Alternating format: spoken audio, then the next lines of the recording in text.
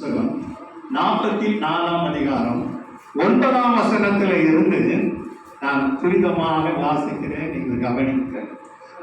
கர்த்தராகிய ஆண்டவர் சொல்லுகிறது என்னவென்றால், இஸ்ரவேல் புத்திரரின் நடுவில் இருக்கிற சகல அந்நிய புத்திரரிலும் விருத்த சேதனம் இல்லாத இருதயம், விருத்த சேதனம் இல்லாத மாம்சமும் உள்ள அந்நிய புத்திரர் ஒருவனும் என் பரிசுத்த ஸ்தலத்துக்குள் பிரவேசிப்பதில்லை.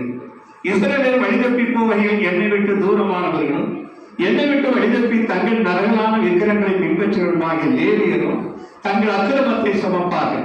ஆகிலும் அவர்கள் என் ஆலயத்தின் வாசல்களை காத்து என் ஆலயத்தில் ஊழியம் செய்து என் பரிசுத்த ஸ்தலத்தில் பணிவிடைக்காரராய் இருப்பார்கள்.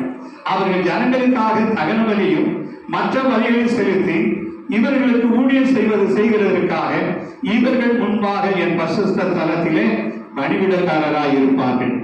அவர்கள் இவர்களுடைய நரகலான விக்கிரங்களுக்கு முன்பாக நின்று இவர்களுக்கு ஊழியம் செய்து இஸ்ரவேல் வம்சத்தாரை அக்கிரமத்தில் விட பண்ணினபடினால் நான் என் கையை அவர்களுக்கு விரோதமாக உயர்த்தினேன்.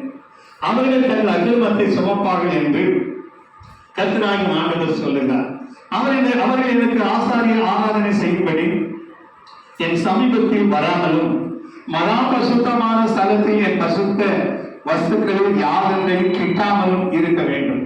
அவர்கள் தங்கள் லட்சையும் தங்கள் செய்த அருவருப்புகளையும் சுமந்த கடவர்கள். ஆலயத்தின் சகல வேலைக்கும் அது செய்யப்பட வேண்டிய எல்லாவற்றுக்கும் நான் அவர்களை அதில் காவல் காக்கிறவர்களாக இருக்க கட்டளையிடுவேன்.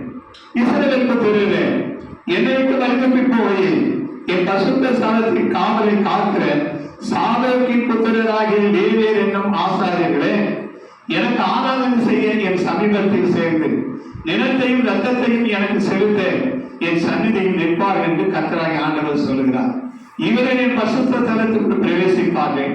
இவர்கள் எனக்கு ஆராதனை செய்ய என் பீடத்தை கிட்டி வந்து என் காவலை காப்பார்கள். உட்பிரகாரத்தின் வாசலுக்குள் பிரவேசித்து சடலின் வஸ்திரங்களை உடுத்திக் கொள்வார்களாக.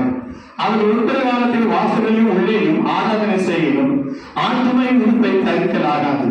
அவருடைய தலைகளில் சணல் நூல் கூழாக்களையும் அவருடைய இடைகளில் சணலும் சலன்களையும் தரிக்க வேண்டும். வேறு உண்டாக்கத்தக்க ஒன்றையும் அறையிலே கட்டலாகாது.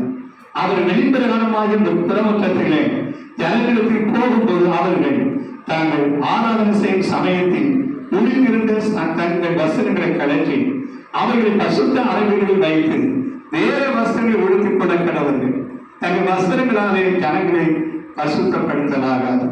அவர்கள் தங்கள் தலைகளை சிறையாமலும் தங்கள் மயிரை நீளமாய் வளர்க்காமலும் தங்கள் மயிரை கத்திரிக்க கடவுள். கர்த்தருடைய நாமத்துக்கு மகிமை உண்டாவதாக.